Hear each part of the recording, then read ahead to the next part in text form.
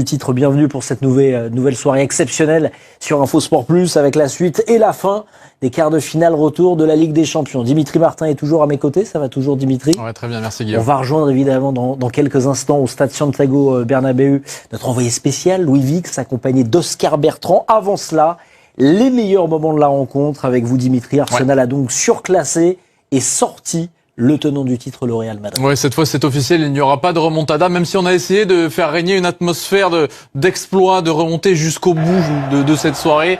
Regardez l'ambiance des grands soirs dans le stade madrilène pour essayer d'emmener les 11 joueurs de la Maison Blanche au bout de l'exploit. Et pourtant, ça commence plutôt mal.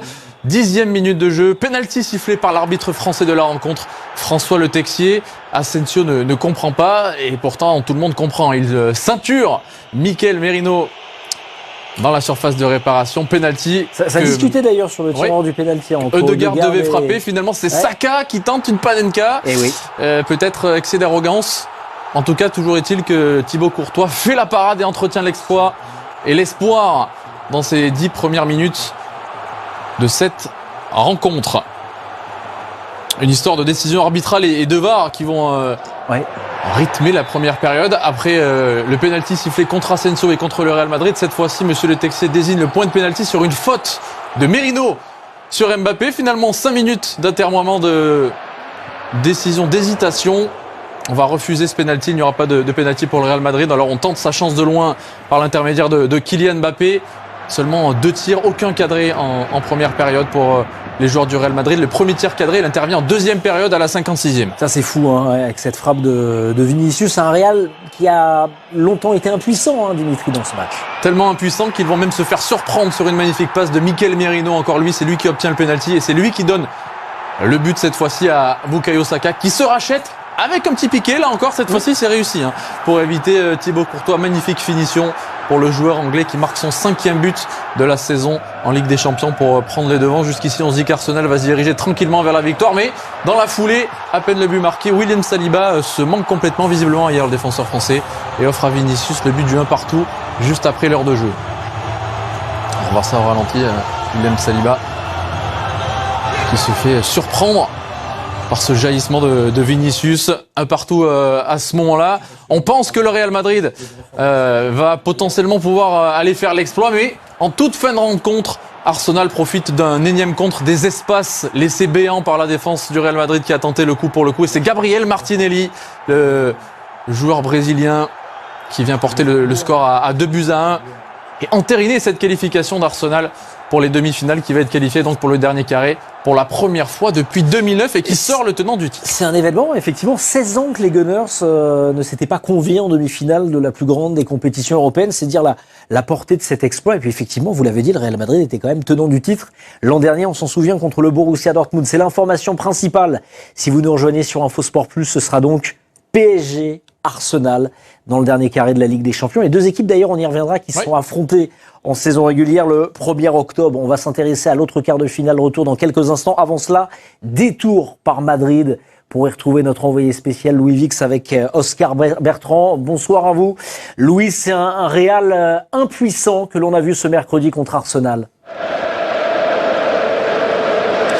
Oui, tout à fait. Effectivement, on a peut-être un peu trop sous-estimé dans l'avant-match la qualité du football des joueurs d'Arsenal que l'on avait déjà vu au match aller. Mais surtout, ce que l'on regrette et ce que tous les supporters présents au stade Santiago Bernabéu regrettent, c'est que ce match-là, au-delà de remonter 3 buts, les joueurs de Carlo Ancelotti n'ont jamais réussi à l'emballer, n'ont jamais provoqué une étincelle. Il a fallu cette erreur de William Saliba qui, au-delà de ça, a fait un super match. Et ce but de Vinicius qui a remis un tout petit peu de peps, mais franchement, c'était comme si on n'y croyait déjà plus dans les tribunes et depuis la tribune de presse notamment. On n'a pas été surpris de la production du Real, mais on s'attendait quand même à voir autre chose. Et finalement, ce qu'on a vu ce soir est conforme à ce que l'on voit chaque semaine ou presque. Alors en Liga, ça peut passer, mais à ces hauteurs-là, avec une telle défense, et on va prendre le temps de débriefer les manques ce soir de la Maison Blanche. Mais le Real, qui a été au rendez-vous des demi-finales 12 fois sur les 14 dernières éditions, est éliminé et franchement, battu 3-0 à l'aller, battu ici même au Bernabéu. Il n'y a rien à dire. Chapeau aux hommes de Mikel Arteta. Ouais, c'est ce que l'on retient. Merci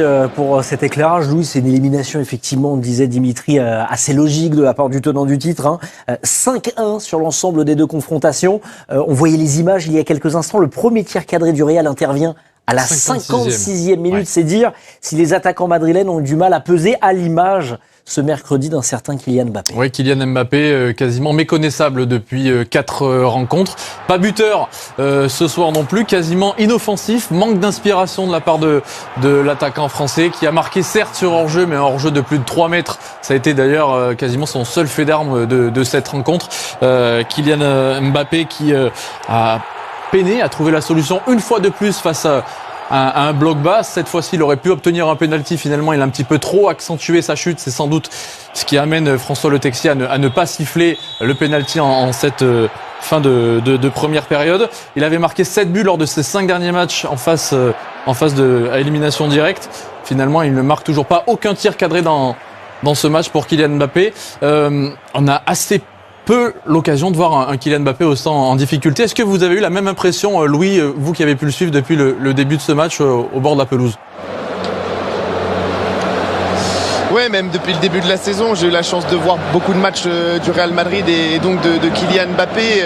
C'est vrai qu'en termes de statistiques, on ne découvre pas qu'il marque des buts. En revanche, ce qui nous manque, c'est le Mbappé qui était capable de renverser ce genre de match. C'est sa première saison, c'est sa première soirée dans un quart de finale retour ici même avec une mission remontada. Force est de constater que Kylian Mbappé n'est pas le seul fautif. Moi, je trouve que les deux Brésiliens sur cette double confrontation n'ont jamais existé, que Vinicius traverse une saison hyper compliqué, que Rodrigo a été parfaitement muselé par Lewis Kelly. Ce qui est sûr, c'est que Mbappé est sorti sur une blessure qu'on va pas qualifier de diplomatique. La cheville a un petit peu tourné, mais c'est quand même le genre de blessure en serrant les dents. Si on est vraiment dans ce match, on peut continuer et je pense que c'est pas que ça l'arrangeait de sortir. On n'ira pas dire ça, bien évidemment, mais il ne voulait peut-être pas participer à cette fin de match, à cette défaite, parce que il n'est pas programmé pour être éliminé en quart de finale. Il l'a été suffisamment avec le Paris Saint-Germain par le passé. Il ne sera pas au rendez-vous du dernier carré. Il ne retrouvera pas d'ailleurs son ancien club. N'oublions pas que Cristiano Ronaldo, avec qui on fait énormément le parallèle, a attendu 5 ans avant de remporter sa première Ligue des Champions. N'oublions pas non plus, messieurs, que la grande époque des Galactiques, Zidane, Figo, Beckham, Ronaldo, n'a jamais remporté de Ligue des Champions. Il va être là aussi l'enjeu dans les mois qui arrivent pour le Real. On parle de ce secteur offensif, on vient de parler de ce secteur offensif défaillant au Real Madrid. Vous sembliez, Louis, lors de votre première intervention, souligner aussi les lacunes défensives du Real ce mercredi. Non mais franchement, vous connaissez le foot aussi bien que moi.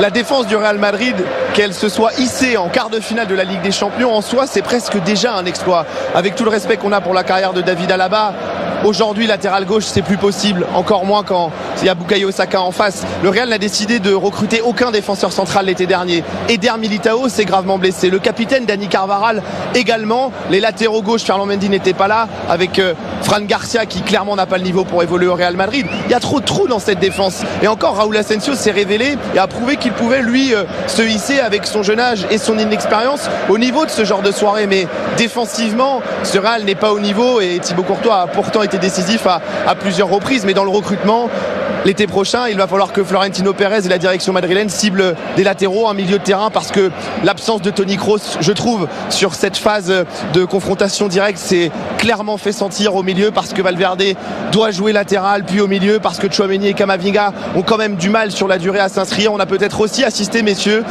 au dernier match de Ligue des Champions de Luka Modric, qui est en fin de contrat dans quelques semaines. Le quarantenaire, l'international croate, finaliste évidemment de la Coupe du Monde 2018. On reparle un peu avec vous, Louis, du Real Madrid. Éliminé donc, le tenant du titre sorti, qui prend la porte en quart de finale de la Ligue des Champions. En Liga, on le rappelle, les Madrilènes sont deuxième à 4 points du leader, le Barça. Il y a certes la finale de la Coupe du Roi à la fin du mois d'avril, mais il y a, Louis, cette éventualité pour que cette saison madrilène soit quelque peu insipide. Peut être blanche cette saison du Real Madrid, clairement. 4 points, le Barça a son destin en main. Il y a un classico à Barcelone à la 35e journée qui va valoir cher. Kylian Mbappé ne pourra pas participer au prochain match de Liga face à l'Athletic Bilbao ce week-end, qui est 4e de Liga. C'est pas une réception évidente.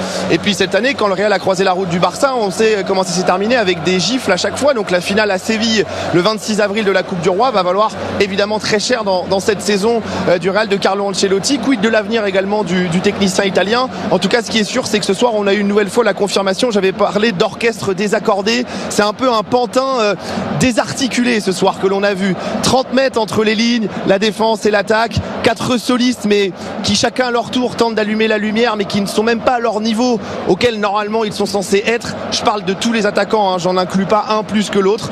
Et ce Real Madrid là, oui, pour le moment, Carlo Ancelotti n'a pas réussi à créer une force collective avec toutes les